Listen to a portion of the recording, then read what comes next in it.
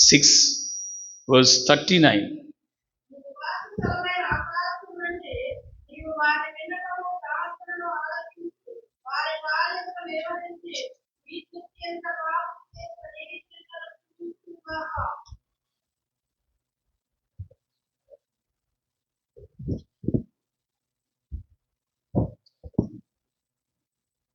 నుంచి 39 నుంచి, నీ నివాస స్థలమైన ఆకాశము నుండి నీవు వారి విన్నపము ప్రార్థనను ఆలకించి వారి కార్యములను నిర్వహించి అనే మాట మనం చదివాం. దేవుని స్తోత్రం. ఈ వాక్యం ద్వారా ప్రభు మనందరితో మాట్లాడినట్టు ఒక నిమిషం ఆపకుండా స్తోత్రం చెప్తాం దేవునికి. స్తోత్ర స్తోత్ర స్తోత్ర స్తోత్ర. హల్లెలూయా హల్లెలూయా. స్వరము లేవట్లేదు. హల్లెలూయా.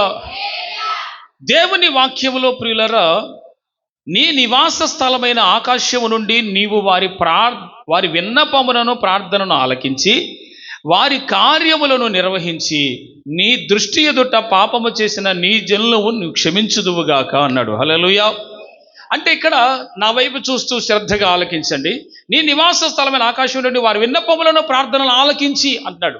సొలొమోను గారు చేసిన ఈ ప్రార్థన చాలా డిఫరెంట్గా, చాలా అద్భుతంగా, చాలా శక్తివంతంగా చేశాడు. ఆమేన్. చూడండి, మీరు డల్గా ఉండొద్దు, ఉత్సాహంగా ఉండాలి. సన్నిధి ప్రార్థన చేసిన వాడు పరుగులు ఎడతాడు ఆత్మలో. ఆమేన్. హల్లెలూయా. నేను మీకేం పెట్రోల్ పోయిన అవసరంలా, పరిశుద్ధాత్ముడు పోసేశాడు. దేవుని స్తోత్రం చెప్పాలి. హల్లెలూయా. దేవునికి మహిమ. ఇక్కడ నీ ప్రార్థన, నీ విన్నపం అని అన్నాడు కదా. ప్రార్థన వేరు, విన్నపం వేరా? అవును. ప్రార్థనలో విన్నపం కూడా ఉంటుంది, ప్రార్థనలో ఆజ్ఞాపించటం కూడా ఉంటుంది. దేవుని స్తోత్రం చెప్పండి. అంటే దేవుణ్ణి ఆజ్ఞాపించటం కాదు, సమస్య మీద పోరాటంలో, సమస్య మీద జయించటం కోసం సమస్యను గద్దించటం. హల్లెలూయా.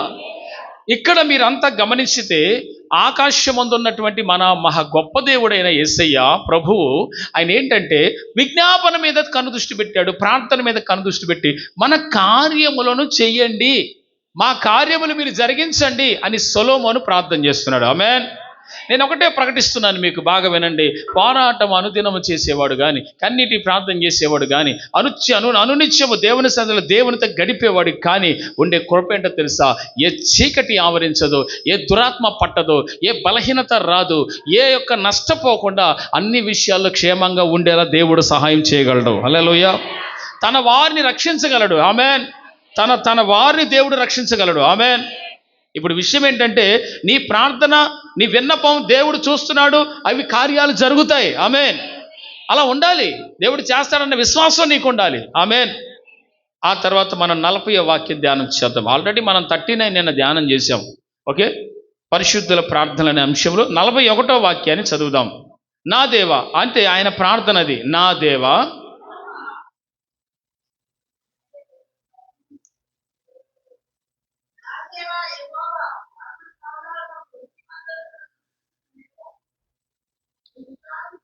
నీ విశ్రాంతి స్థలమందు ప్రవేశించుము.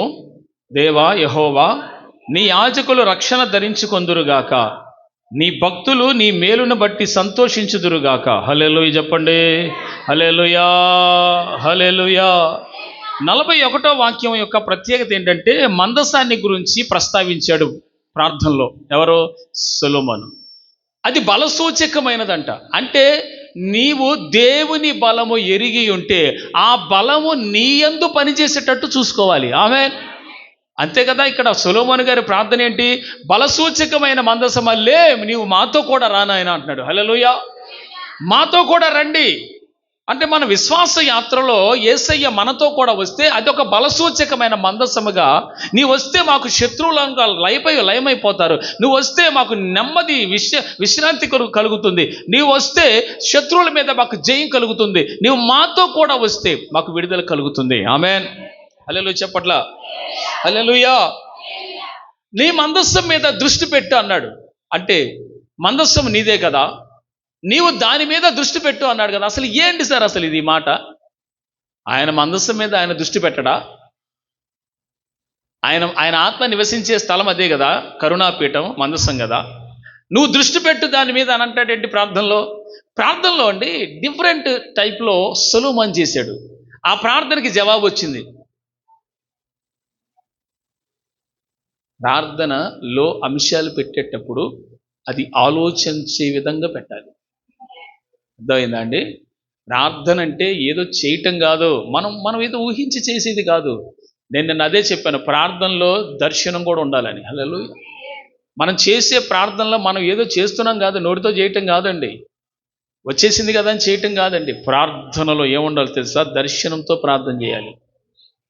ప్రార్థనలో ఒక దర్శనం ఉండాలి. నిన్న చెప్పాను, ఏంటది? కంటిన్యూషన్ చేస్తాను. మీకు కొంతమంది నేను రాలేదు కాబట్టి గుర్తు చేస్తున్నాను. ఏంటి ప్రార్థనలో దర్శనం? ఏంటి?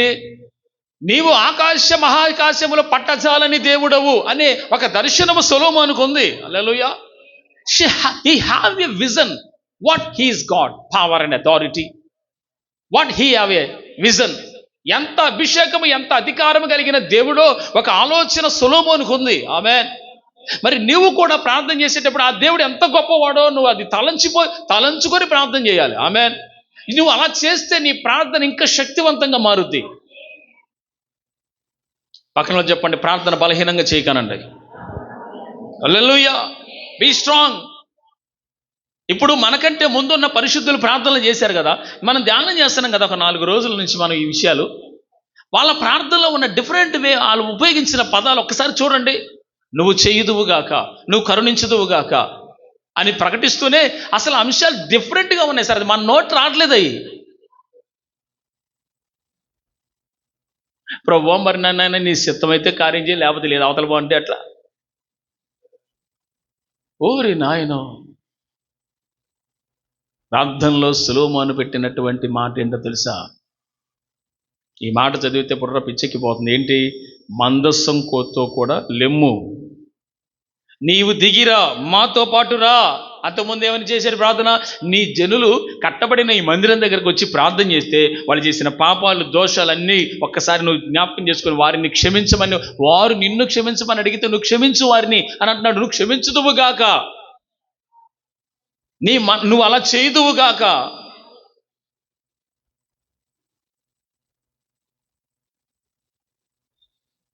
ప్రార్థన చేసే విషయంలో ఒక డిఫరెంట్ యాంగిల్లో చేస్తున్నాడు సొలొమోను. ఆ ప్రార్థన ఆ అంశాలు చాలా అద్భుతంగా ఉన్నాయి. ఆయన దేవుడితో మాట్లాడిన ఆ తీరు, ఆ వర్డ్స్ ఉపయోగించినవి చాలా అద్భుతంగా ఉన్నాయి. హల్లెలూయా. తర్వాత ఇక్కడ చూడండి, బలసూచకమైన మంచం దృష్టించి లేమో, నీ విశ్రాంతి స్థలమందు ప్రవేశించుమో. దేవా యెహోవా, నీ యాజకులు నీ రక్షణ ధరించుకొందురుగాక. ఇప్పుడు నీ విశ్రాంతి స్థలమందు నువ్వు ప్రవేశించు అని అన్నాడంటే ఏం చేశాడు? మందిరం కట్టాడు. దేవుని స్తోత్రం. He constructed a great temple for God. దేవుని కొరకు ఒక అద్భుతమైన కొన్ని కోట్లు విలువ చేసే మందిరాన్ని కట్టించి ఆయన అంటున్నాడు, బలసూచకమైన మందసము నీవు నీ స్థలములోకి, నీ విశ్రాంతిలోకి, నువ్వు విశ్రాంతి తీసుకునే స్థలమైన నీ మందిరంలోకి నువ్వు రా నాయనా అని అడుగుతున్నాడు ప్రార్థనలో. దేవుని స్తోత్రం. ప్రభువా నువ్వు దిగిరా, ఈ మందస్సం మీదకి, ఈ కరుణాపీఠము, ఈ మందస్సం ఉన్న ప్రదేశంలోనికి మీరు దిగిరండి, ఈ మందిరంలోనికి మీరు దిగిరండి అని ఎవరు అడుగుతున్నారు ఇక్కడ? సొలొమోను తన ప్రార్థనలో నువ్వు దిగిరా తండ్రి అని అడుగుతున్నాడు. ఆమేన్. ఇప్పుడు మీకు ఇదంతా సింపుల్గా అనిపిస్తుందేమో, నాకు మాత్రం చాలా గొప్పగా అనిపిస్తుంది. ఎందుకంటే ప్రార్థన చేసినప్పుడు ఆ ప్రార్థనకి దేవుడు వెంటనే జవాబిచ్చాడు. 4-5 రోజులు వస్తాలే నాన్న, లేకపోతే రేపు ఎల్లుండి వస్తాలే నాన్న, ఇంకో సాయంత్రం పూట వస్తాలే నాన్న, చీకటి పడ్డాక వస్తాను అనే దేవుడు కాదు ఆయన. హల్లెలూయా. నువ్వేదో మొక్కుబడి చేసుకున్నావు కనుక చెల్లితేనే వస్తాననేవాడు కాదు ఆయన. నువ్వు మొక్కుబడి తీర్చినా తీర్చకపోయినా నా దేవుడు నీ హృదయంలో ఉండేవాడు ఆయన. Hallelujah. God will never forsaken you. దేవుడు నిన్ను విడిచిపెట్టడు. హల్లెలూయా. దేవుడు నిన్ను ఎప్పటికీ విడిచిపెట్టడు. ఆమేన్. ఇక్కడ మనం అర్థం చేసుకోవాల్సింది ఏంటంటే, బలసూచకమైన మందసభ నీ విశ్రాంతిలోకి ప్రవేశించాడు అంటే కట్టించిన మందిరంలోనికి రా, ఇది నీకు విశ్రాంతి స్థలం అని అంటున్నాడు. హల్లెలూయా. దేవుడు ఒక చోట ఉండుటకు, దేవుడు ఒక చోట సంతోషించుటకు, ఆయన విశ్రాంతి తీసుకుంటూ ఒక గొప్ప మందిరాన్ని కట్టించారు. ప్రభువా నువ్వు రా అంటాడు. ఇది ప్రార్థన, సొలొమోను గారి ప్రార్థన ఇది.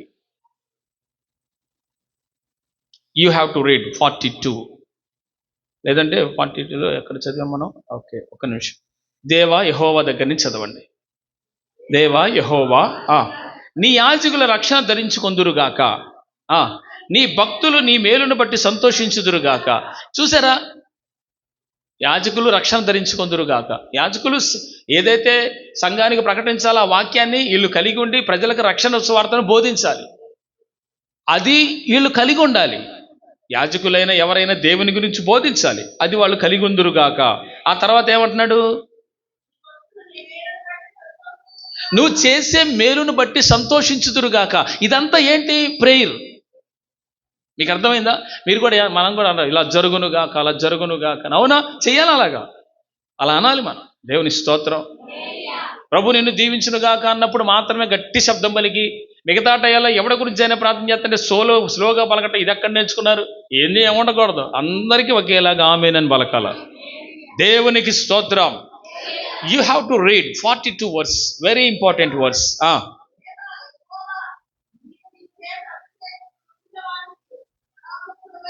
హల్లెలూయా.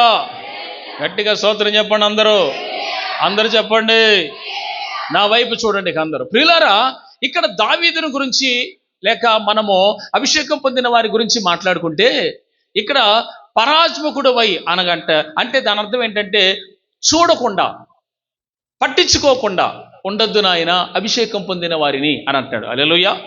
అంటే అభిషేకం పొందిన వారికి నీవు పరాజ్ముఖుడవై లేక చూడకుండా పట్టించుకోకుండా ఉండొద్దు నాయన అన్నట్టు మాట్లాడుతున్నాడు ఇక్కడ సొలొమోను. హల్లెలూయా. నిజంగా దేవుడు అభిషేకం పొందిన వారికి పరాజ్ముఖుడై ఉంటాడా? పట్టించుకోకుండా ఉంటాడా? ఉండడు. కానీ ఆ పదం ఎందుకు అన్నాడు? నువ్వు ఖచ్చితంగా పట్టించుకోవాలి అని. ఆమేన్. నువ్వు ఖచ్చితంగా అభిషేకం పొందిన వారిని పట్టించుకోవాలి. ఆమేన్. ఎస్, అభిషేకం పొందిన వారిని విడిచిపెట్టాడు ఆయన. అందరూ చెప్పండి అన్నమాట, అభిషేకం పొందిన వారిని దేవుడు విడిచిపెట్టాడు. నీవు నీ చేత అభిషేకం పొందిన వారికి పరాత్మకుడవై ఉండకము, నీవు నీ భక్తుడైన దావీదులకు వాగ్దానం చేసిన కృపలను జ్ఞాపకం చేసుకొని ఆయన అన్నాడు. హల్లెలూయా. ఇది అంటే అవతల తన తండ్రి అయినటువంటి దావీదు దేవుని పట్ల ఎట్లా నడిచాడో, ఎంత కృప పొందాడో అవన్నీ జ్ఞాపకం చేసుకో. నువ్వు ఇచ్చిన కృపలన్నీ నువ్వు జ్ఞాపకం చేసుకోను ఆయన. అభిషేకం పొందిన వారికి నువ్వు పరాత్మకుడవై ఉండొద్దు. అలాగే నీ దాసుడైనటువంటి నా తండ్రి గారు నీకు ఎట్లా లోబడ్డాడో, నువ్వు ఎలా కృప చూపించావు, ఆ కృపలన్నీ జ్ఞాపకం చేసుకో. అంటే ఈ ప్రార్థన అంతా మీరు చూస్తే ఒక్కసారి మన జీవితంలో కూడా దీన్ని ఆపాదించుకోగలిగితే ఎంత గొప్పది ఇది. పరిశుద్ధులు చేసినటువంటి ప్రార్థనలు ఎంత శక్తివంతమైనవి, ఎంత బలమైనవి. ఆమేన్. మందిరాన్ని జనుల గురించి ప్రార్థన చేశాడు. అవునా? మందిరాన్ని గురించి ప్రార్థన చేశాడు, మందసాన్ని గురించి ప్రార్థన చేశాడు, యాజకుల గురించి ప్రార్థన చేశాడు, అభిషేకం పొందిన వారి గురించి ప్రార్థన చేశాడు. చూసారా? దేని గురించి? జనుల గురించి ప్రార్థన చేశాడు, మందిరాన్ని గురించి ప్రార్థన చేశాడు, మందసాన్ని గురించి ప్రార్థన చేశాడు, యాజకుల గురించి ప్రార్థన చేశాడు, అభిషేకం పొందిన వారి గురించి ప్రార్థన చేశాడు. ప్రార్థనలో ఈ టైప్లో ఉండాలి అంశాలు. హల్లెలూయా చెప్పండి. పరిశుద్ధులు చేసిన ప్రార్థన నిజంగా సజీవంగా నేటికి నిలిచి ఉందంటే కారణం ఏంటి? ఇప్పుడు ఇది వాక్యంగా మనం ధ్యానం చేస్తున్నాం కదా, ఈ ప్రార్థన మనం ధ్యానం చేస్తున్నాం కదా. యేసు ప్రభు వారు చెప్పినట్లుగా మరికొన్ని ప్రార్థనలు పరిశుద్ధ గ్రంథంలో ఉన్నాయి. కొత్త నిబంధనలో పరలోకమందున్న మా తండ్రి ప్రార్థన నేర్పాడు. నేర్చుకోవాల్సిన మొట్టమొదటిగా ఒక విశ్వాసి నేర్చుకోవాల్సిన ప్రార్థన అది. అందరూ చెప్పండి, అసలు ఆ ప్రార్థన వచ్చో లేదో చూద్దాం.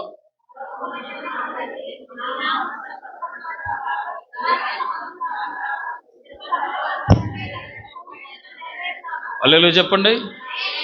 హల్లెలూయా. నానాటికి లాస్ట్ చెప్పండి. నానాటికి ఆహారమా?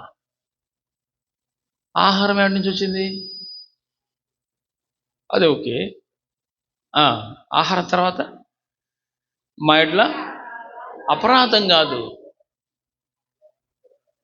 రుణస్థుల గురించి. ఎవరో అపరాధం అనేసరికి అదే పబ్లిసిటీ అయిపోయింది. అపరాధం ఏడుందాడ?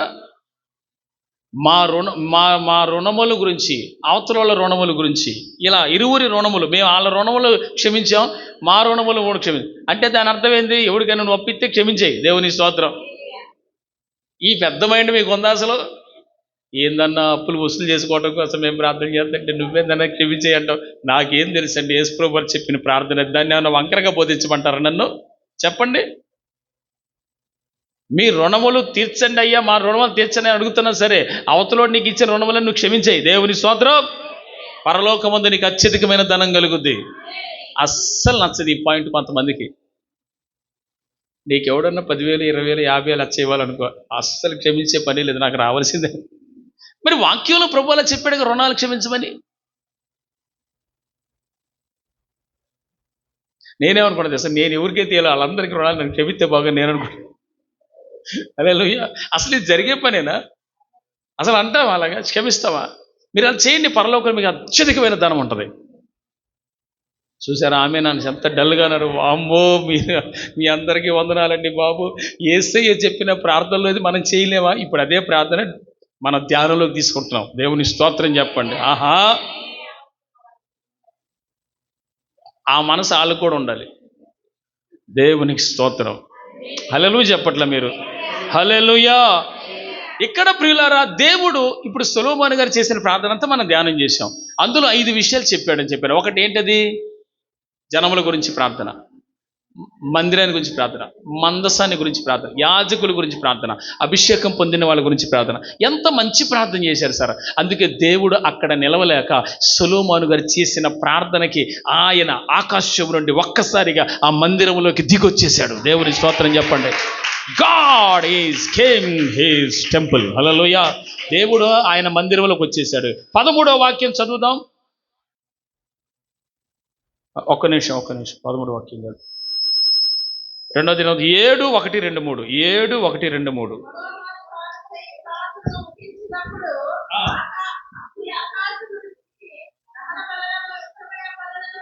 ఇది సార్ ప్రార్థనకి జవాబు అంటే. హల్లెలూయా.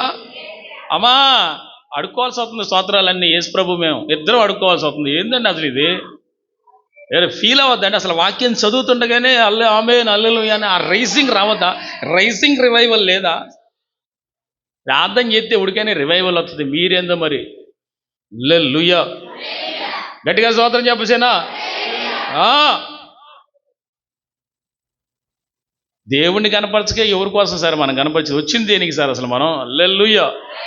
ఇక్కడ సొలొమోను గారు చేసిన ప్రార్థన ఆయన చేసి ముగించగానే ఏం జరిగింది? దహన కాదు, 7:1 ముగించినప్పుడు అగ్ని ఆకాశము నుండి దిగి దహన బలులు ఇతరమైన బలులను దహించెను. హల్లెలూయా. బలిపీఠం ఇది అనుకోండి. నా వైపు చూడండి అందరూ ఒకసారి. బలిపీఠం ఇది. ఈ బలిపీఠం మీద దహన బలి ఉంది. గొర్రె ఉండొచ్చు, మేక ఉండొచ్చు, పెయ్యి ఉండొచ్చు, ఏదైనా ఉండొచ్చు. ఈ బలిపీఠం కాక ఇంకా బలిపీఠం ఉంది. ఇది కాక ఇతరమైన బలిపీఠాలు ఉన్నాయి. అక్కడికి అందరు యాజకులు వచ్చి గొర్రె పిల్లలను వధించి ప్రార్థన చేస్తారు. సొలొమోను గారు చేసిన ప్రార్థన తర్వాత ఈ బలిపీఠాలన్నిటి మీదకి యెహోవా అగ్ని దిగి వచ్చింది. హల్లెలూయా. యెహోవా అగ్ని దిగి వచ్చింది. యెహోవా అగ్ని దిగి వచ్చింది. దిగి వచ్చి వాటన్నిటిని దహన బలు మొత్తం బూడిద చేసి అవతల పడిచింది. దాని అర్థం ఏంటయ్యా? What is the meaning of that? దానికి అర్థం ఏంటి? ప్రార్థనకి జవాబిచ్చాను. నేను నీ ప్రార్థనలకి జవాబిస్తాను. నేను నీతో ఉంటాను. ఇదిగో ఇదే, దిస్ ఇస్ మై ఆన్సర్. ప్రార్థనకి జవాబు ఇది. వాళ్ళ ప్రార్థనకి జవాబిచ్చిన ఆ దేవుడినే మనం ఆరాధిస్తున్నాము. నీ ప్రార్థనలు కూడా 50 దినాల ఉపవాస ప్రార్థనలో జవాబు రావాలా? జవాబు వచ్చేంత ప్రార్థన చేయాలి. హల్లెలూయా. హల్లెలూయా. ఏ ప్రార్థనకి ఆయనకి ఫిదా అవుతాడు సార్ ఆయన? ఏ ప్రార్థనకి ఆయన ఫిదా అవుతాడు చెప్పండి? ఎలాంటి ప్రార్థనకి సార్? నీ స్వార్థంతో కూడిన ప్రార్థనలన్నీ తీసి అవతల పడేసి జనముల కోసము, రాజుల కోసము, అభిషేకం పొందిన వాళ్ళ కోసము, దేవుని మందిరం కోసము, మందసభ కోసము ఆ సొలొమోను ప్రార్థించినట్లుగా నిస్వార్థంతో కూడిన ప్రార్థన చేస్తే అగ్ని దిగుద్దు సార్. అసలు ఎలాంటి ప్రార్థన చేయాలో తెలియట్లేదు జనాలకి. ఏంది సార్? అగ్ని అలాగున దిగి వచ్చి ఎన్నైతే బలిపీఠాలు ఉన్నాయో ఆ బలిపీఠాల మీద ఉన్న గొర్రెలన్నింటినీ లేకపోతే పెయ్యలన్నింటినీ కాల్చి అవతల పడేసింది. దాని అర్థం ఏంటంటే, నా సొలొమోను, నీ ప్రార్థనకు నా జవాబు ఇదే. ఎస్, నువ్వు చేసిన దానికి, నీ ప్రార్థనకి ఇదిగో నేను ఇలాగ అనుసరిస్తున్నానని చెప్పాడు. Yes, I accepted your prayer. ఏలియా బలిపీఠాన్ని కట్టి బలిపీఠం మీద ఎద్దును తునకలుగా కోసి చుట్టూ కందకం తవ్వి కందకంలో నీళ్లు పోసి ఆ మొత్తాన్ని తడిపేసి మోకరించి ప్రార్థన చేస్తున్నాడు. సైన్యములకు అధిపతి యొక్క యెహోవా, నీ సెలవు లేక ఇది నేను చేయలేదని నీకు తెలుసును కదా. ఇప్పుడే ఆకాశము నుండి అగ్ని దింపిన ఆయన నీవే నిజమైన దేవుడు నిరూపించు అని మోకరించి చేసిన ప్రార్థనకి అగ్ని దిగి వచ్చి అక్కడ బలిపెట్టి మీద ఉన్న ఎద్దుని, కందకంలోని నీళ్ళని, రాళ్ళని బుగ్గి చేసి బూడిద చేసి నీళ్లను కూడా ఆరిపోయేలా చేసింది. ప్రార్థనకి పవర్ఫుల్ జవాబులు రావాలంటే ప్రార్థన కూడా పవర్ఫుల్గా ఉండాలి. దేవునికి స్తోత్రం. ఎక్కడెత్తికిన దేవుడు నువ్వు అడిగిందే అని కనపడకూడదు, నువ్వు అడిగింది కనపడకూడదు. మొత్తం నేషన్స్ గురించి, సంఘాల గురించి, సేవ గురించి, ఆత్మల గురించి, అభిషేకం పొందిన వాళ్ళ గురించి, మందిరం గురించి అట్టుండాల విజ్ఞాపనలు. హల్లెలూయా. నీదేందో నీ నోటి పెదవుల ద్వారా మనకు రాక మునిపే నీ సంగతంతా యేసయ్యకి తెలుసు. అర్థం చేసుకోండి ప్రార్థన ఎలా చేయాలో. అసలు దర్శనం, ప్రార్థనలో దర్శనం ఉండాలి. ఆమేన్. అది ముందు ఆ దర్శనంతో ప్రార్థన చేయాలి. యేసయ్య ఎలాంటి వాడు నేను చెప్పాం, ఆయన గొప్ప దేవుడు ఎలా ఉంటాడో చెప్పాం. దర్శనంతో ప్రార్థన చేయండి. ప్రార్థనకి జవాబు ఇదిగో ఈ టైప్లో వస్తుంది. ఆమేన్. ఇప్పుడు అగ్ని దిగి వచ్చింది కదా, సరే ఓకే అనుకుందాం. బలిపీఠ మీదకి అగ్ని దిగినంత సంబరమే. జనం మొత్తం కేకలేశారు. ఓ ప్రభువా మీకు స్తోత్రం నాయన, యెహోవా దేవుడు మనతో ఉన్నాడు, ఓ సంబరం, ఉత్సవం మొదలుపెట్టారు. ఈలోపు దేవుని అగ్ని, అదేంటి పరిశుద్ధాత్మ, అది దహించే అగ్ని కాదు, దేవుని మహిమ గలగా వెలుగు, గ్లోరీ, దాన్ని ఏమంటారంటే మహిమ, తెల్లటి వెలుగు. ఆ వెలుగులో యేసయ్య ఆ మందిరంలోకి అడుగు పెట్టేశాడు. దేవుని స్తోత్రం చెప్పండి. అవును, యేసయ్య ఆ మందిరంలోకి మహా వెలుగుతో మందసం దగ్గరికి వెళ్ళిపోయాడు. హల్లెలూయా. మందసం అక్కడ పెట్టారు కదా దేవాలయంలో. ఆ దేవాలయంలో పెట్టిన మందసం అతి పరిశుద్ధ స్థలంలోకి ఆయన ఆకాశము నుండి మహా తేజోమయుడిగా అక్కడికి వచ్చేసాడు. ఆ వెలుగు మందిరం అంతా నిండుకుంది. ప్రార్థనకి జవాబు ఎట్లుంటుంది? ఇప్పుడు ఆ వెలుగంతా మందిరం అంతా నిండిపోయేసరికి యాజకులంట లోపలికి వెళ్దాం అనుకుని కూడా భయపడిపోయి బయట ఆగిపోయారంట. ఎవడు వెళ్ళలేకపోయాడు చర్చి లోపలికి, మందిరం లోపలికి. ఆయన మహిమ అంత బలంగా ఆనాడే కానీ ఈనాడే కానీ ప్రసరిస్తూనే ఉన్నది. ఎప్పటికీ సజీవంగానే ఉన్నారు దేవుడు. ఆమేనని చెబుదామా? ఆ మహిమ మందిరం అంతా నిండితే యాజకులు సేవ చేయడానికి వెళ్ళలేకపోయారంట. చదవండి ఆ మాట ఒకసారి. అయితే యెహోవా తేజస్సుతో మందిరము నిండినందున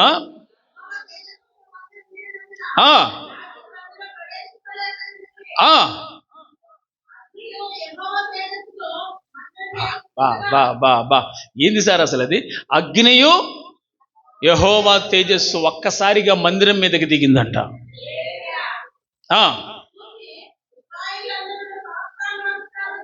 చేసి ఏమన్నారు ఇశ్రాయేలీయులు?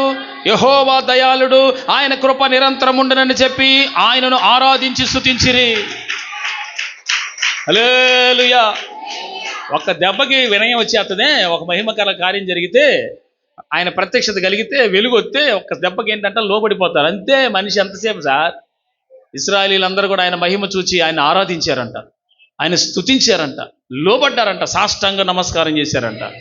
అమ్మో మన దేవుడని యెహోవా మందిరంలోకి వచ్చేసాడు, మనం ఆరాధించుతున్న దేవుడు మనతోనే ఉన్నాడు. హల్లెలూయా. ఏంది సార్ అసలు అది? ఏంది లేదు. ప్రార్థనకి జవాబు, శక్తివంతమైన ప్రార్థన నీ జీవితాన్ని ఆశ్చర్యంగా మారుస్తుంది. నీ ప్రార్థన జీవితమే నీ కుటుంబాల్లో గొప్ప కార్యాలు తీసుకొస్తుంది. ఎవరేం చేయనక్కర్లా, నీ ప్రార్థనే నిన్ను దిద్దేస్తుంది. నీ ప్రార్థనే నీ కుటుంబానికి శ్రేష్టమైన విధానాలు తీసుకొస్తుంది. అసలు ఆ పట్టుదలతో చేసే ప్రార్థన ఏది సార్? అసలు చెయ్యాలి ప్రార్థన. ఆమేనని చెబుదామా? అందరూ చెప్పండి. అగ్ని తేజస్సు, ఈ రెండు చెప్పండి అందరూ. అగ్ని తేజస్సు అనండి. ఎక్కడికి వచ్చేసినాయి? మందిరంలోకి వచ్చేసింది. ఇప్పుడు యాజకులు సేవకుల గురించి ఒక మాట చదవండి. ఏమన్నారు వాళ్ళు? వాళ్ళ సంగతి ఏందో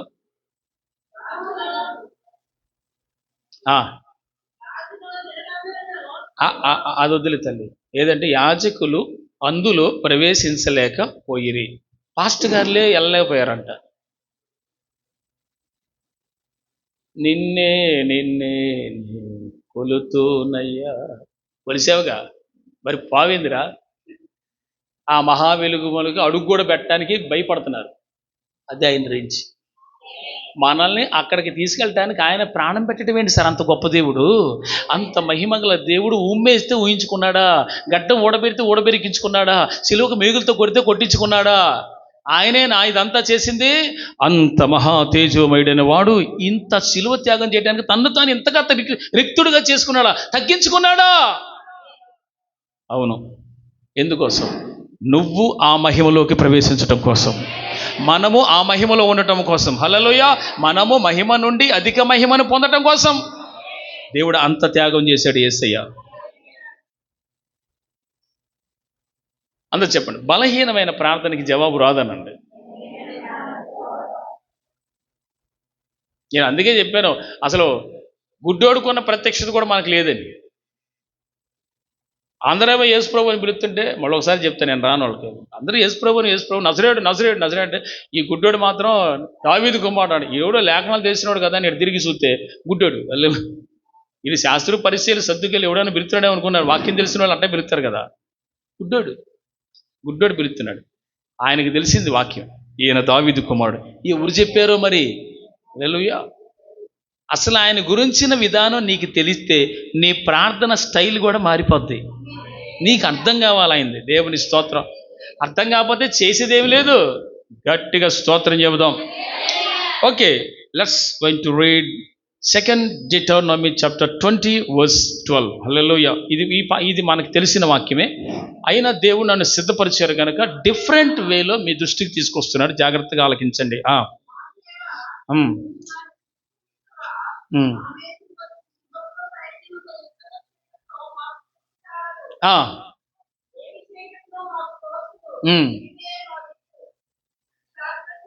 ఏంటి యెహోషువ చేసిన ప్రార్థన? అందరు చెప్పండి, పరిశుద్ధుల ప్రార్థనలు అనండి.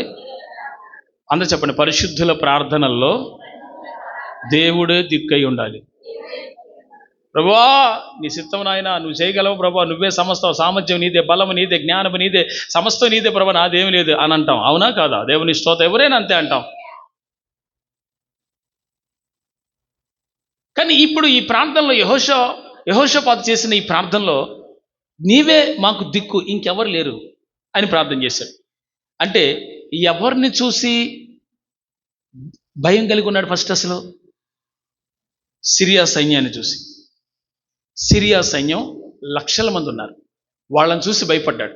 నిజంగా భయపడి కానీ ధైర్యం తెచ్చుకోవటం కోసం అందరినీ యూదా దేవుని మందిరం ఒకటి ఉంటే కొత్త శాలకి అందరినీ రమ్మన్నాడు. యూదా జనం మొత్తం వచ్చారు. ఎవరెవరు వచ్చారు తెలుసా? చదవండి, ఉపవాస ప్రార్థనకి ఎవరెవరు వచ్చారు. 4వ వాక్యం, 20వ అధ్యాయం 4వ వాక్యం. అసలు ఎందుకు కూడుకున్నారు వాళ్ళు? ఇప్పుడు ఇశ్రాయేలు యూదులందరూ ఎందుకు కూడుకున్నారు అక్కడికి? దేవుని సహాయం కోసం. మనం ఎందుకు కూడుకున్నాం? దేవుని సహాయం కోసం. మనల్ని తప్పిస్తాడని. ఏదైనా అపాయాలు ఉంటే పొంచున్నాయేమో. ఈ 2025లో ఎలా ఉంటుందో తెలియదు. పరిస్థితులన్నీ చాలా దారుణంగా ఉన్నాయి. విపత్తులు ఏమేం సంభవిస్తాయో తెలియని పరిస్థితిలో ఉన్నాం. అసలు చాలా చాలా గొప్ప న్యాచురల్ కెలామిటీస్ మన మునిపెన్నడు చూడనివి మొదలయ్యాయి. ఎప్పుడేం జరుగుతుందో తెలీదు. కానీ దేవుడు తన పిల్లలందరినీ కూడా ఈ రోజుల్లో నేను ఒక చేసిన ప్రార్థనా పరులే కాపాడబడతారు. మీరేమన్నా అనుకోండి, ప్రార్థనా పరులే కాపాడబడతారు ఈ భయంకరమైన దినాల్లో. అంతే. ప్రార్థన లేని వాళ్ళ సంగతి నా దాకా చెప్పాకండి, చేసేది ఏం లేదు.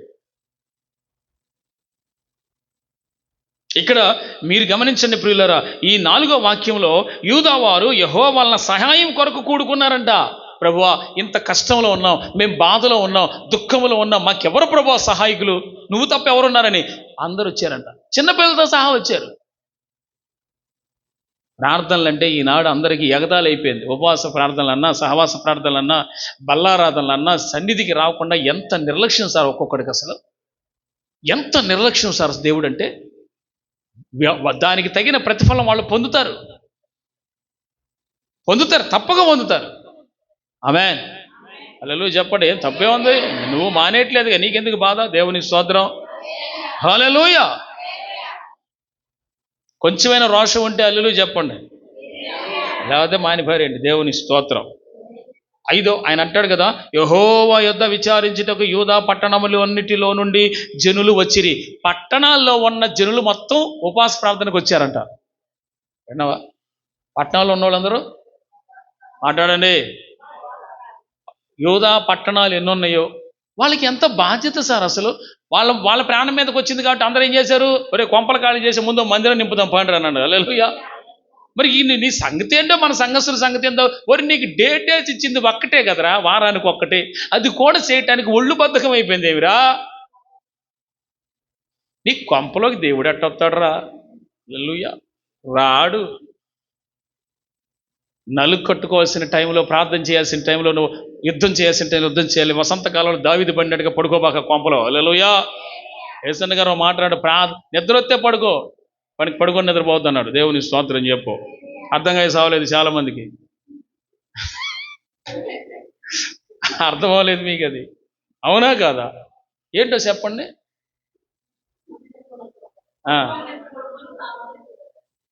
నిద్ర వస్తే పడుకో అని పడుకో నిద్రపోవాక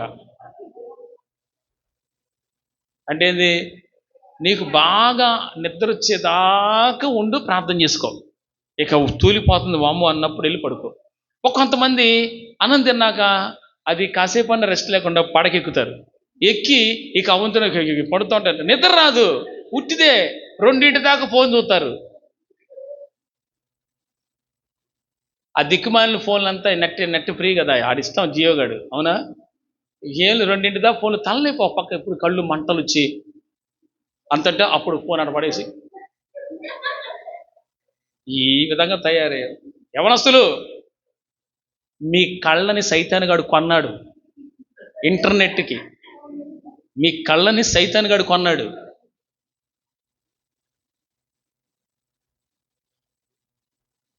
వాడు అక్కర్లేని అన్ని చూపిస్తాడు, నువ్వు తిప్పుతా కూర్చుంటావా? నేను వాక్య సంబంధించిన షార్ట్ మెసేజ్ వస్తే చూస్తుంటాను. నా పక్కన పిల్లలు కూడా ఉంటారు. ఎక్కువ నేను అయ్యే చూస్తాను వాక్యానికి సంబంధించింది. ఎందుకంటే వాడు మన కళ్ళని కొనకూడదు, ఆడికి అమ్మేసుకోబాక సీపరేట్కి.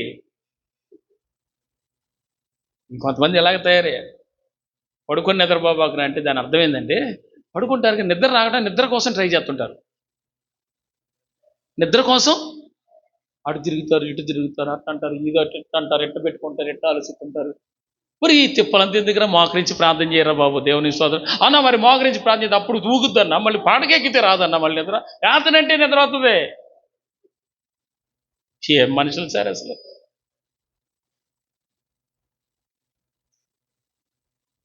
ప్రార్థనా పరులు స్తోత్రం చెప్పండి.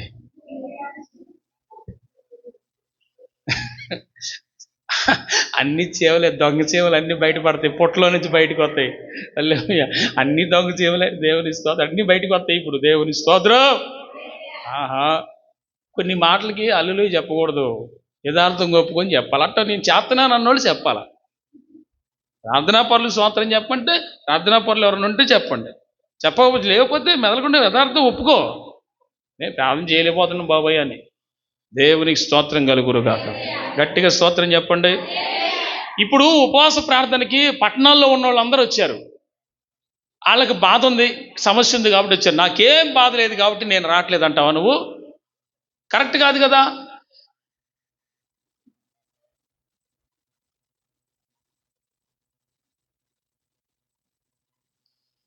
అందరు నా వైపు చూడండి అమ్మా. పరిశుద్ధాత్మ దేవునికి మహిమ కలుగునుగాక. అందరు నా వైపు చూడండి. ఇప్పుడు పట్టణాల్లో ఉన్న వాళ్ళందరూ ఇక్కడికి వచ్చేసారంట. ఎక్కడికి? చర్చిలోకి. వాళ్ళకు బాధ వచ్చింది. ఇప్పుడు నేను అంటాను ప్రియులారా, వాళ్ళకు సమస్య వచ్చినప్పుడు వాళ్ళ ఆయుధం ఏంటో తెలుసా? ఫాస్టింగ్. వాళ్ళు ఏం చేస్తారు? ఇప్పుడు మీరు చూడండి, ఎస్తేర్ గ్రంథంలో చూడండి, వాళ్ళు ఏం చేతపట్టారు? సమస్య వచ్చినప్పుడు, ప్రాణాపాయం వచ్చింది, ఏం చేశారు? ఉపవాసం. అహవానిద్దరు ఇశ్రాయేలు, మొన్న నేను చెప్పాను, అహవానిద్దరు ఇశ్రాయేలు అందరూ ఉపవాసం ఎందుకున్నారు? ఆస్తితో ప్రయాణం చేస్తున్నారు, మార్గంలో ఇబ్బంది కలగకుండా, దొంగల బారిన పడకుండా, క్షేమం. ప్రతి దానికి ఇదిగో యుద్ధంలో ఉపవాసం. ఆమె యుద్ధానికి వెళ్తున్నారు, ఉపవాసం. అంటే వాళ్ళ ఉద్దేశం, ఏ కార్యమైనా జరగాలి అంటే, సర్వశక్తి గల దేవుడు సహాయపడాలంటే వాళ్ళ ఆయుధం ఏంటి? ఫాస్టింగ్. మరి నీ ఆయుధం ఏంటి? Chicken dum biryani, mutton tikka. ఎప్పుడు ఉపవాసాలు ఉండాలో కూడా తెలుసుకోవాలి. ఇది ఉపవాసాలు ఉండే కాలం, ఉపవాసం ఉండాలా.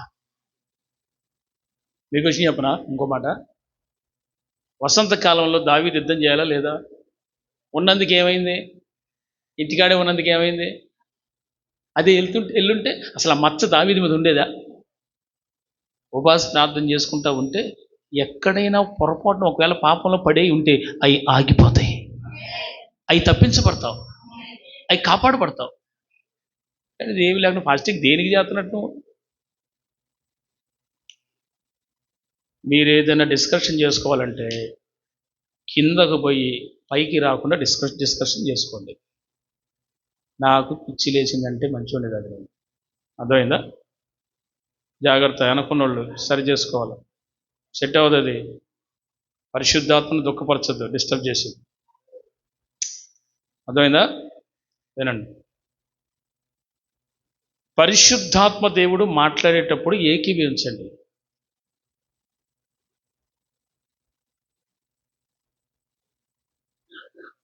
ప్రియులారా, ఇక్కడ సొలొమోను గారు చేసినటువంటి ఆ ప్రార్థనకి వెంటనే ఏమొచ్చింది? జవాబు వచ్చింది. యెహోషాపాతు కూడా డిఫరెంట్ యాంగిల్లో ప్రార్థన చేశాడు. అదేంటో చూడండి, నేను చదువుతున్నాను చూడండి. ముందైతే 6 వాక్యం 5-6. యెహోషాపాతు యెహోవా మందిరంలో కొత్త శాల ఎదుట సమాజంగా కూడిన యూదా యెరూషలేముల జనముల మధ్యను నిలవబడి, మా పితరుల దేవ, జనముల మధ్యలో నిలబడి ప్రార్థన స్టార్ట్ చేశాడు. మా పితరుల దేవ యెహోవా, నీవు ఆకాశమందు దేవుడు అయి ఉన్నావు. అది అసలు దర్శనం ఏంటి? ఎంత గొప్ప దేవుడో యెహోషాపాతుకి అర్థమైంది. ఆకాశమందు దేవుడు అయి ఉన్నావు. హల్లెలూయా. ఆకాశమందు దేవుడు అయినాడు. ఆ తర్వాత ఏమన్నాడు?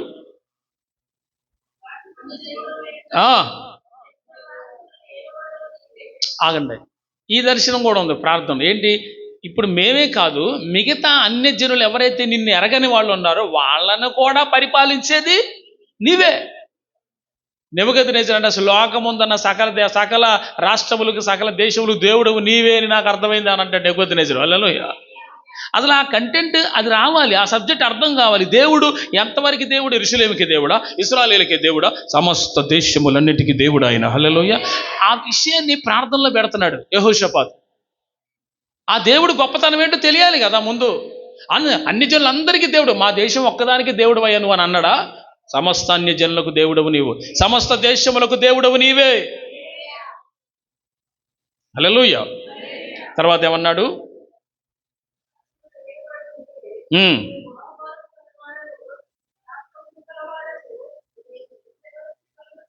ఈ టైపులో నువ్వు ఎప్పుడైనా ప్రార్థన చేశావు?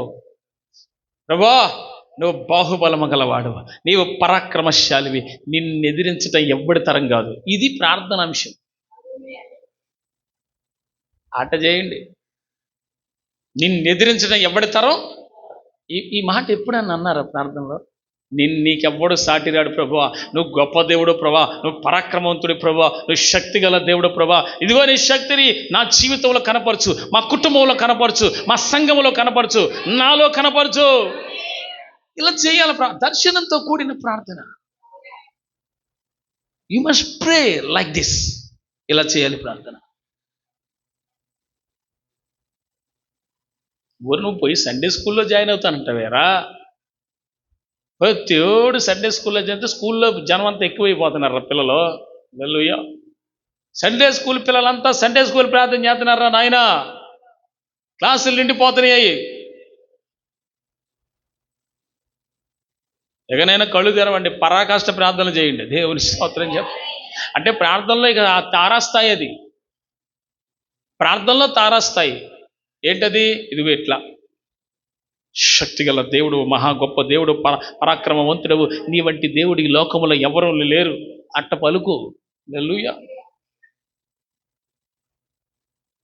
ప్రార్థన ఎలా చేయాలి? ఎలాంటి పదాలు? నేను అనేది ఏంటంటే అది కూడా ఆత్మతో నింపబడితే ఆ పదాలు వస్తాయి.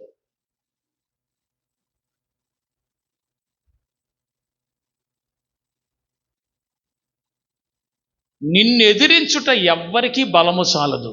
అందరు చెప్పండి ఆ మాట.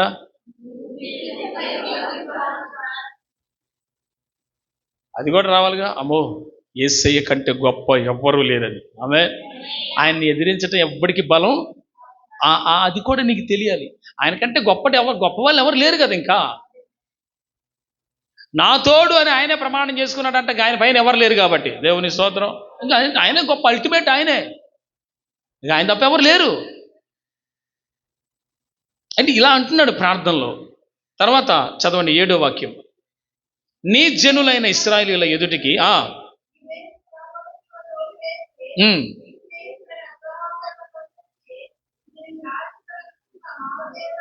ఇక్కడ ఏం జ్ఞాపకం చేస్తున్నాడు? అబ్రహాం గురించి. పితరుల్ని జ్ఞాపకం చేయాలా? నువ్వు కూడా అడుగు యేసుప్రభుని. దావీదు కృప చూపినవాడా, అబ్రహాంతో మాట్లాడినవాడా, కనాను దేశాన్ని ఇచ్చినవాడా, యాకోబుని దర్శించినవాడా, ప్రమాణపూర్వకంగా అతన్ని హెచ్చించినవాడా, మా పితరులకు ప్రత్యక్షమైన దేవా, మా పితరులతో మాట్లాడిన దేవా, స్తోత్రం అవును. Say like this, pray like this. ఇలా అబ్రహాముని ఎందుకు తీసుకొచ్చాడు మధ్యలో? అబ్రహాముని పిలుచుకున్నాడు కదా, ఏర్పరచుకున్నాడు కదా 12వ అధ్యాయంలో ఆదికాండం. అవునా? ఏర్పరచుకుని ప్రత్యేకించి ఆయన బట్టే కదా, అసలు కనాను దేశాన్ని ఇచ్చింది ఆయన బట్టేగా. హల్లెలూయా. కాబట్టి ఇప్పుడు మాకు నువ్విచ్చిన ఈ దేశంలో, అబ్రహాముకి వాగ్దానం చేసి ఇచ్చిన ఈ దేశంలో మేము ఉన్నాం కదా, ఇప్పుడు ఈ తరములో మేము ఉన్నాము కనుక మాకు సహాయం చేయవాడు నీవే. ఆనాడు అబ్రహాముకి వాగ్దానం ఇచ్చావు కనుక ఇప్పుడు నీవు మాకు సహాయం దయచేయండి నాయన. అబ్రహాముని జ్ఞాపకం చేసుకో.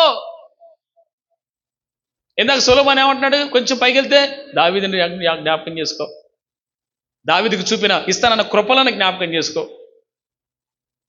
ఎవరు? సొలొమోను. మరి యెహోషాపాతు ఏమంటాడు? అబ్రహాముని జ్ఞాపకం చేసుకో. ఈ దేశం మాకు ఇచ్చావు కదా, ఇది శత్రువులు వచ్చి స్వాధీనపరచుకుంటే ఎలా? వాగ్దత్త దేశం కదా ఇది. ఆమేన్. చెప్పాల బిగ్గరగా స్తోత్రం. హల్లెలూయా, హల్లెలూయా.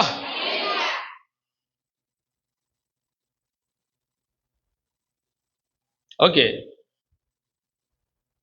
నీ జనుల ఇశ్రాయేలు ఎదుటి నుంచి ఈ దేశపు కాపురస్తులను తోలివేసి నీ స్నేహితుడైన అబ్రహాము యొక్క, ఇక్కడ నేను ఒక పదాన్ని ఇక్కడ మనం చదివాం కదా, దాన్ని వివరిస్తా.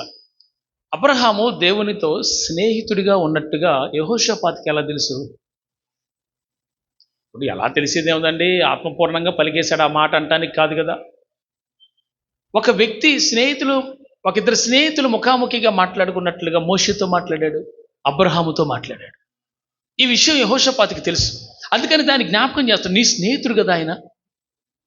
ఇప్పుడు స్నేహితుడు స్నేహితుడిగా మాట్లాడిన ఆ వ్యక్తిని దేవుడు మర్చిపోగలరా? ఇప్పుడు నీ స్నేహితుడిని మర్చిపోగలవా? 10th ఇంటర్లో డిగ్రీలో నీకు నెలవైన స్నేహితుడిని మర్చిపోగలవా? ఇద్దరు కలిసి ఆడుకొని పల్లి ఆటో, ఇది ఆటో, ఈ ఆటో ఏదో ఒకటి ఆడుకున్నారుగా, మర్చిపోగలరా? హల్లెలూయా. నీ ముఖ్య స్నేహితుడిని మర్చిపోగలవా? అబ్రహాము స్నేహితుడు దేవునికి. దాన్ని జ్ఞాపకం చేస్తున్నాడు యెహోషాపాతు. నీ స్నేహితుడైన అబ్రహాముకి వాగ్దానం ఇచ్చిన దేశం ఇది, ఇక్కడ మమ్మల్ని ఉండనిచ్చావు. ఇక్కడ చూడండి ప్రియుల, ఆదికాండం ఎక్కడ, దినవృత్తాంత గ్రంథం ఎక్కడ? ఎన్ని వందల సంవత్సరాల గ్యాప్ ఉంది, అవునా కాదా? అంటే 100 సంవత్సరాల క్రితం ఏనాడు అబ్రహామును పిలుచుకున్నావు కనుక అతన్ని జ్ఞాపకం చేసుకొని అతన్ని బట్టి. హల్లెలూయా, హల్లెలూయా. నేను ఒక విషయం చెప్తున్నా, రాబోతున్న కాలములో, ఆమేన్ చెప్పండి అందరు, రాబోతున్న కాలములో అందరు చెప్పండి అన్నమాట. నేనే వచ్చే తరానికి పితరుని వలె, అబ్రహాం వలె, దావీదు వలె, యాకోబు వలె, ఇస్సాకు వలె, పరిశుద్ధుల వలె ఉండాలి. అంటే ఏంటి దాని అర్థం? ఇప్పుడు నీ తరం అయిపోయింది అనుకుందాం, నీ తరం తర్వాత ఇంకో తరం వచ్చింది. ఆ తరంలో వాళ్ళు పెద్దోళ్ళు అయిపోయినప్పుడు మనం పితరులం అవుతాం. దేవుని స్తోత్రం. ఇప్పుడు నీ ప్రార్థనను బట్టి ఆయన నిన్ను జ్ఞాపకం చేసుకుని ఆ తరానికి మేలు చేయాలి. దేవుని స్తోత్రం చెప్పండి. అంతేగా? అంటే నువ్వు ఏ రేంజ్లో బతకాలి? అబ్రహాం రేంజ్లో బతకాలి ఈ కాలంలో. మరి నీ స్వార్థమే, నీ శరీరమే, నీ కోసమే, నీ సుఖమే, నీ పాపమే, ఇక ఈ చూసుకొని బతికితే రెండో తరం అవతల తరానికి మేలేం కలుగుద్ది? వద్దండి, అవతల తరం ఎడిపోతే నాకెందుకంటావా? ఇది ఎక్కడ భక్తి? అసలు తరములకు ఆశీర్వాదకరంగా మారాలనే కదా నీ వ్యక్తిగత జీవితంతో దేవుడు మాట్లాడుతున్నాడు. ఇప్పుడు తర్వాత వ్యక్తి అటు ఎడిపోతే నీకెందుకు అనుకుంటావా? హిజ్కియాలాగా. హిజ్కియా ఏమనుకుంటే తెలుసా? ఇప్పుడు హిజ్కియా స్టోరీలోకి వెళ్దాం. హిజ్కియా ఏమన్నాడు తెలుసా? స్వస్థపరచబడ్డ తర్వాత మనోడు దర్శనం తప్పిపోయింది. అందరూ చెప్పండి, దర్శనం తప్పిపోయింది అనండి. పోయింది, మొత్తం కొలాప్స్ అయిపోయింది. ఒక దేశం నుంచి ఒక రాజు వస్తాడు, వచ్చి హిజ్కియాతో మాట్లాడతాడు. స్వస్థపరచబడ్డావంటగా, క్యాన్సర్ రోగం నీకు బాగైందంట కదా, అయితే ఇదిగో నీ దేవుడు ఎలా స్వస్థపరిచాడో చెప్పంటే ఆ వివరాలని చెప్తాడు. అవన్నీ అయిన తర్వాత ఆయన అడగకపోయినా, చూసావా నా రాజ్య ఘనత చూపితారా అని అడగకపోయినా, మా రాజ్యంలో ఆయుధశాల, మీ పంపలకి పిలిచి మీ బీరువాళ్ళు నాకు చూపిస్తారా? మాట్లాడరేంటండి, చూపిస్తావా చిన్న? అస్సలు రాండయ్య గారు మా దగ్గర ఎంత ఉందో తెలుసా, ఇదిగో ఎవరేనంటారు. అంత రహస్యమే. అసలు భర్తతో కూడా రహస్యం పెట్టే మహాతల్లులు లేకపోలేదు భార్యల్లో. అసలు ఎవరి అకౌంట్ వాళ్ళది. నీది నీదే, నాది నాదే. మరి సంపాదించేదంతా ఆడే, ఆడిది అకౌంట్ మొత్తం ఈ దాంట్లో వేసుకుంటాం. అట్టంటి వాళ్ళు కూడా నేను చూశాను కొంతమంది. వాని శర కూడా అడుగుతూ ఉంటారండి. ఆడికి రూపాయి కావాలన్నా ఏమని అడగాల్సింది, తెరిచి పక్కన పెడతాం. రహస్యంగా ఉంది ఏదైనా నాకు చూపిస్తారా అన్నయ్య, మాకు ఇంత గోల్డ్ ఉంది అన్నయ్యారా చూపిస్తా. ఏం చెబుతారు తెలుసా, ఇన్ని అప్పులు ఉన్నాయి అన్నయ్య అని చెబుతారు. అవసరమైతే వీటి కోసం ప్రార్థన చేయండి అని చెప్తారు. అసలు ఎవరికైనా మీరు ఎంత గొప్ప స్నేహితులు, ప్రాణ స్నేహితులే మీకున్నా మీ బీరువాలో మీరు చూపిస్తారా? పోనీ మీ స్నేహితులు ఎవరన్నా ఆడవాళ్ళకి అనుకుంటే, నేను ఈ చీర కొనుక్కున్నాను 15,000 రూపాయలు, 20,000 రూపాయల పొట్టు చీర, కంచి పొట్టు చీర కొనుక్కున్నాను అని అయ్యైతే చక్కగా చూపిస్తారు. కొంతమంది ఉన్నారు తెగబడి చూపించేవాళ్ళు, మొత్తం కొంపంతా అవతలలో చూపిస్తారు.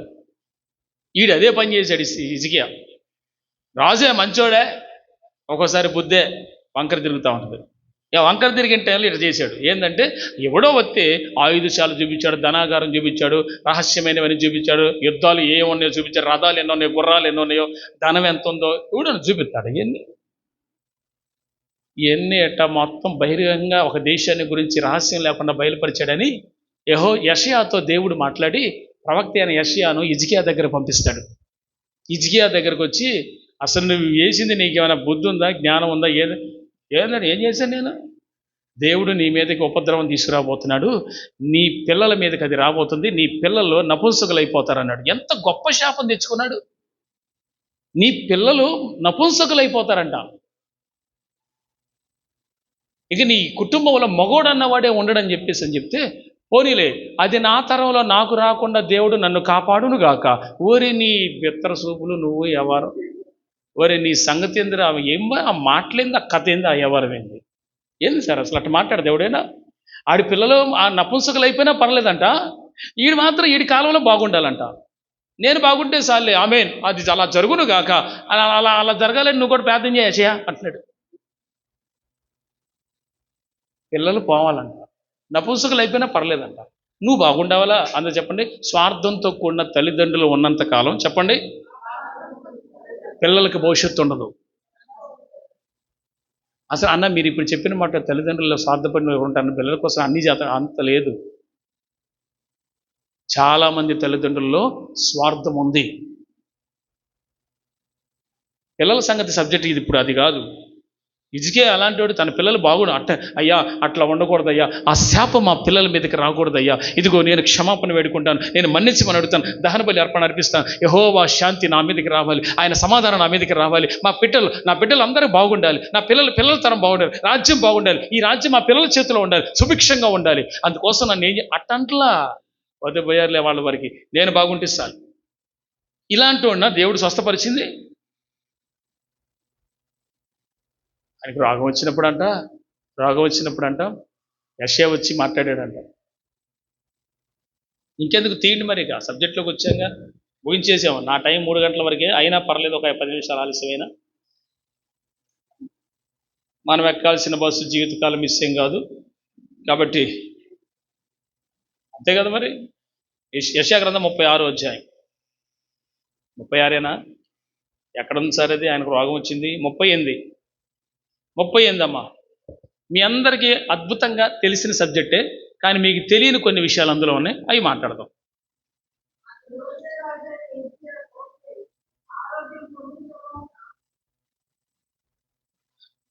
తల్లి 38 ఒకటిరా, క్యాన్సర్ గట్ట.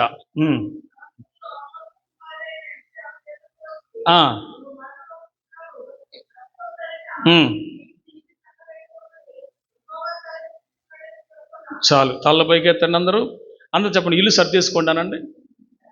దాని అర్థం ఏంటి? కొంపలు సట్లు గిట్లు మొత్తం సామాన్ అంతా సర్దుకోమని కాదు. దేవుని ఉద్దేశం ఇక్కడ ఏంటంటే, నీ రాజ్యంలో ఉన్న విషయాలన్నీ మంచిగా సరిచేసుకో. నువ్వు పోతే తర్వాత ఇబ్బంది పడకుండా ఉండటానికి ఆ రాజ్యంలో ఉన్న అధికారాలు కానీ, నీ తర్వాత రాజు ఎవరు ఉండాలని, మంత్రులు ఎవరు ఉండాలో, ఎలా కొనసాగాలో, ఇదంతా కూడా నేను నీకు నువ్వు వాళ్ళకి తెలియజేసి మొత్తం సెటరేట్ చేయటం. అంటే ఇల్లు దిద్దుకోమంటే, అక్కడ ఏమన్నాడు? ఇల్లు చక్కబెట్టుకోమంటే అర్థం రాజ్యాన్ని చక్కబెట్టుకో, నువ్వు పోతున్నావు అన్నాడు. ఎవరైనా వచ్చి నువ్వు చచ్చిపోతావురా బాబు, నీకు ఈ రోగం ఉందని చెప్తే ఆడికి పెద్ద బాధ ఎక్కువైపోయి ప్రార్థన చేయమంటే నిద్రపోతాడు అసలు కదా. ఈ శరీరం ఈ దేహానికి ఆరోగ్యం ఇచ్చినంత కాలం ఎవరిని లెక్క చేయరు. ఈ దేహంలో ఏదైనా ముళ్ళు వస్తేనే అప్పుడు దేవుడా అంటారు. ఇది మానవుడి నైజం. అసలు రాకముందే లోబడితే ఏ గొడవ ఉండదుగా అంటే నేను దేవుని స్తోత్రం. రాకముందే లోబడండి రా నాయన. దేవుని స్తోత్రం. ఇల్లు చక్కబెట్టుకో అనేసరికి నీ పని అయిపోయింది, అకౌంట్ క్లోజ్ చేశాడు. భాగాహారం చేస్తే ఆడు 2 చెవుల్లో 0 వచ్చిందిరా, నీ పని అయిపోయిందిరా. మొత్తాన్ని క్యాలిక్యులేట్ చేస్తే 0 కనపడ్డావు, నీ పని అయిపోయింది, రాజ్యం మొత్తం సరి చేసుకో అన్నాడు. సరి చేసుకో, చక్కబెట్టుకో అన్నాడు. ఈ మాట విన్న వెంటనే నువ్వు చచ్చిపోతున్నావు అని చెప్పేసరికి ఎవరికైనా బాధ కలగదా? మనిషి అన్నోడికి ఎవరికైనా బాధే వస్తుంది.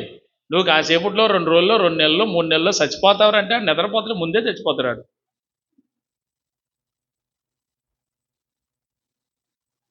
నీ ప్రకటించే మాట ఇల్లు నీ రాజ్యాన్ని చక్కబెట్టుకో అన్నప్పుడు ఒకలాంటి బాధేసి కన్నీరు వచ్చి దుఃఖం వచ్చింది. ఆ దుఃఖంలో ఏమన్నాడు తెలుసా? ఆయన చేసిన ప్రార్థన అందరూ చెప్పండి. హిజ్కియా ప్రార్థన కన్నీటితో కూడుకున్నది. ఆమేన్.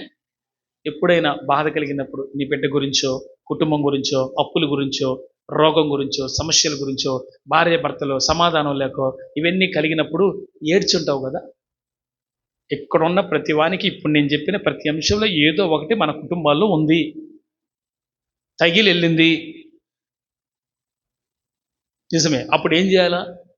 బాధ ఎక్కువ పడే కంటే ప్రార్థన చేయటం ముఖ్యం. ప్రార్థన చేయటం ముఖ్యమా కాదా? ప్రార్థన నిన్ను ఆదరణ కలుగు చేస్తుంది, ధైర్యాన్ని కలుగు చేస్తుంది.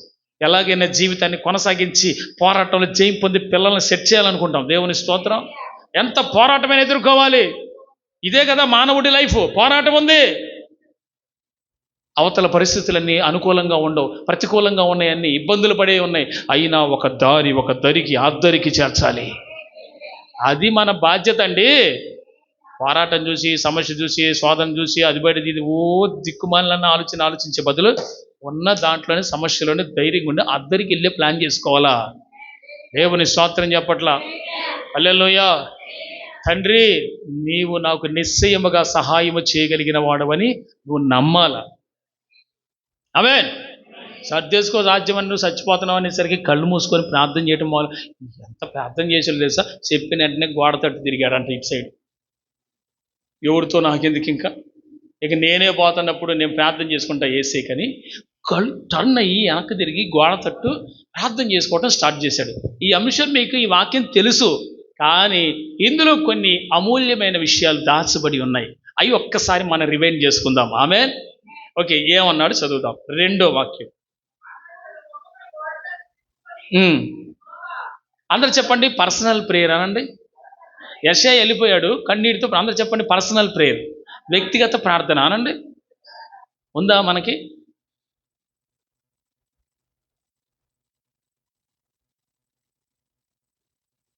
వ్యక్తిగత ప్రార్థన ఉందా? గోడ తట్టు తిప్పుకొని చేస్తున్నాడంటే ప్రార్థన చేస్తున్నాడు వ్యక్తిగతంగా, తన సమస్య చెప్పుకుంటాడు దేవునికి.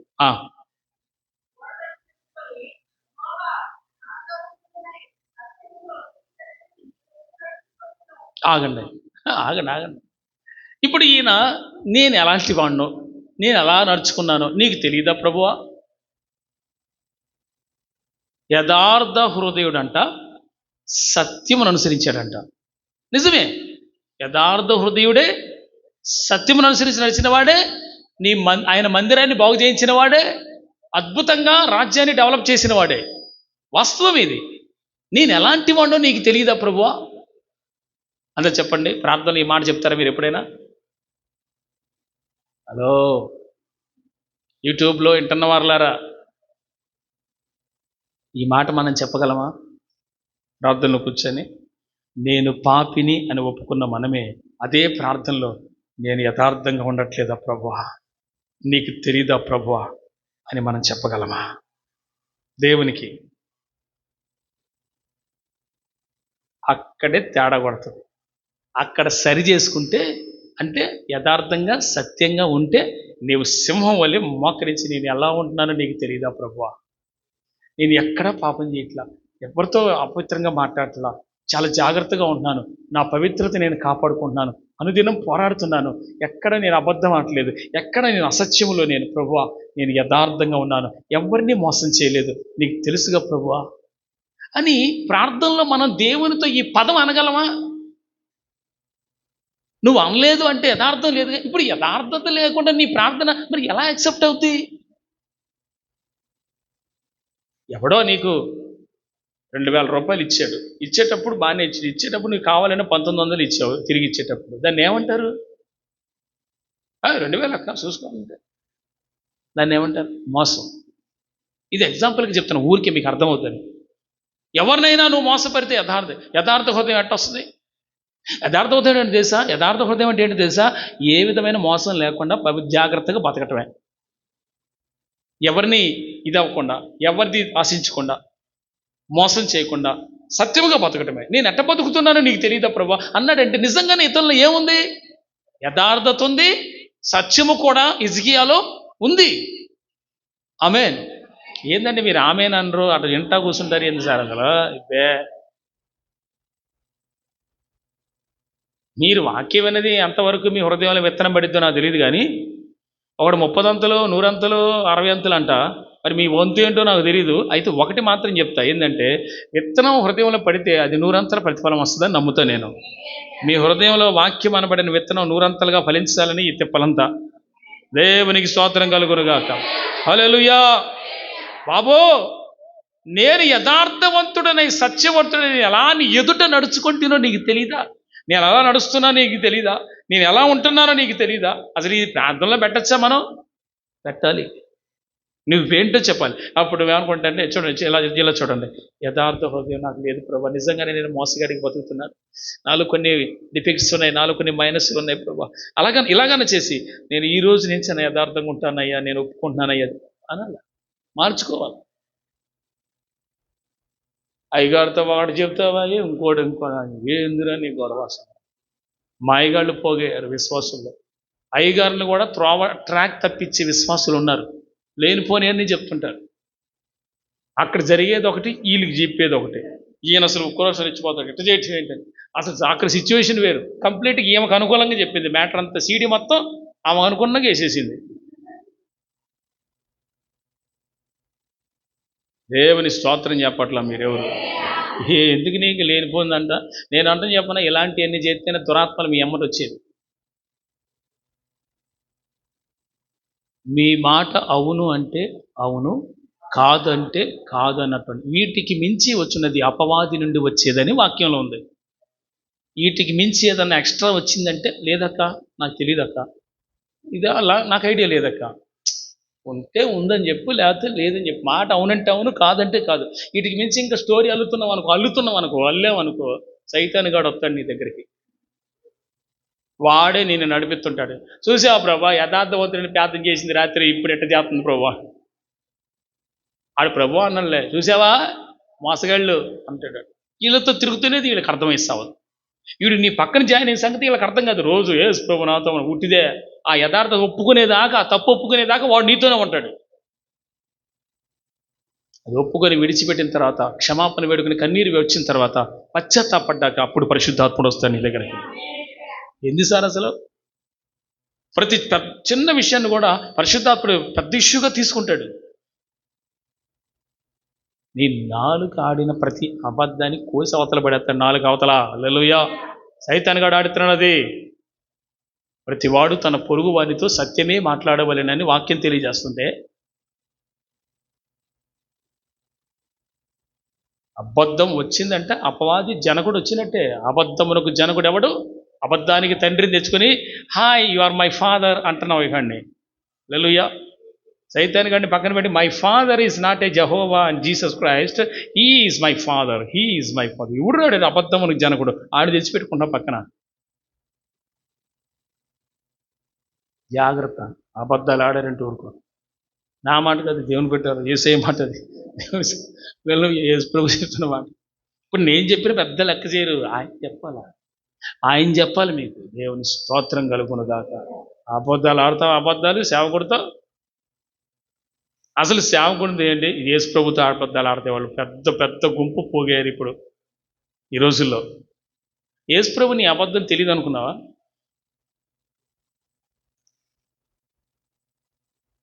ఎందుకురా ఎలుగు ముందు నాట్యం ఆడుతూ పోయి దేవుని స్తోత్రం కలుగునుగా. హల్లెలూయా. నీ సన్నిధి నేను ఎట్లు నడుచుకుంటున్నాను, నీ దృష్టికి అనుకూలముగా సమస్తమును నేను ఎట్లు జరిగించితునో కృపతో జ్ఞాపకం చేసుకునమని హిజ్కియా కన్నీళ్లు విడిచుచు యెహోవాకు ప్రార్థింపగా. ఎంత బాగా మంచిగా నడుచుకున్నాను, నీ కార్యాలు నేను ఎలా చేశానో నీకు తెలియదా ప్రభువా అని కన్నీళ్లతో వేడుకున్నాడంట. కన్నీళ్లే బట బట బట బట కారిపోతున్నాయి. పశ్చాత్తాపం రావాలి సార్. ఎంతకాలం రాకుండా ఉంటుంది పశ్చాత్తాపం చెప్పండి? ఎంతకాలం ఇలా చేసుకుంటా పోతూ ఒకదాని ఎంతకాలం ఇలాగా? యేసు ప్రభువు చూడలేదా? సమస్తాన్ని చూస్తున్నాడు కదండి ఆయన. ఒక రోజుకి పశ్చాత్తాపం వస్తుంది, కానీ నువ్వు ఈ రోజు పడాల్సిన పశ్చాత్తాపం ఈ రోజు పడకుండా 10 సంవత్సరాలైనా అలాగే ఉంటే ఇంకా నువ్వు చాలా ఘోరంగా నష్టపోవాల్సి వస్తుంది. ప్రభు నీ హృదయం తెరుచునుగాక. నీ దృష్టికి అనుకూలంగా సమస్తం నేను ఎట్లు జరిగించుతునో అన్నాడు కదా. అసలు దేవుని చిత్తాన్ని సమస్తాన్ని ఎట్లా జరిగించాడు? అదే రేపు ధ్యానం చేద్దాం. ప్రభు ఈ మాటలు దీవించునుగా. ప్రార్థన. కళ్ళు మూసుకోండి, ఏకీవిద్దాం.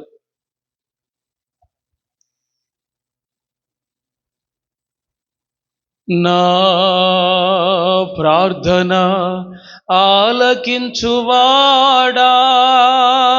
నా కన్నీరు తుడుచువాడా, నా ప్రార్థన ఆలకించువాడా, నా కన్నీరు తుడుచువాడా, నా నిందలన్నిటిలో యెహోషాపాతువై నాకు న్యాయము తీర్చితివా, నా నిందలన్నిటిలో యెహోషాపాతువై నాకు న్యాయము తీర్చితివా.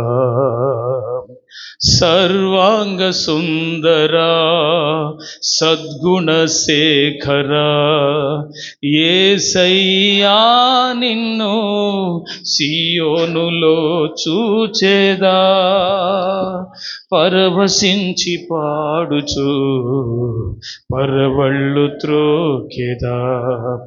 యేసయ్యా నిన్ను సియోనులో చూచెదా,